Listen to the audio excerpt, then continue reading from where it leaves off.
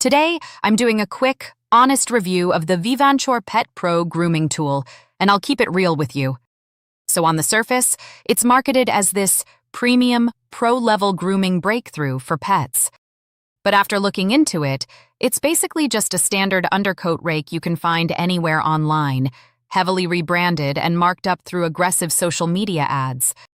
And yeah, it does work, to an extent. It'll pull out loose fur and help with shedding if you've got a long-haired dog or cat. But here's the thing. It doesn't do anything special that a cheap grooming comb won't do. The bigger issue is the marketing. A lot of buyers report inflated claims, questionable reviews, and even slow shipping or refund hassles. If you actually want the same results, you're better off buying a generic undercoat rake locally or going with trusted tools like the Furminator de-shedding tool. Or just pick one up from a retailer like Dischem, where you've got proper return support. Bottom line, it works, but it's not worth the hype or the price.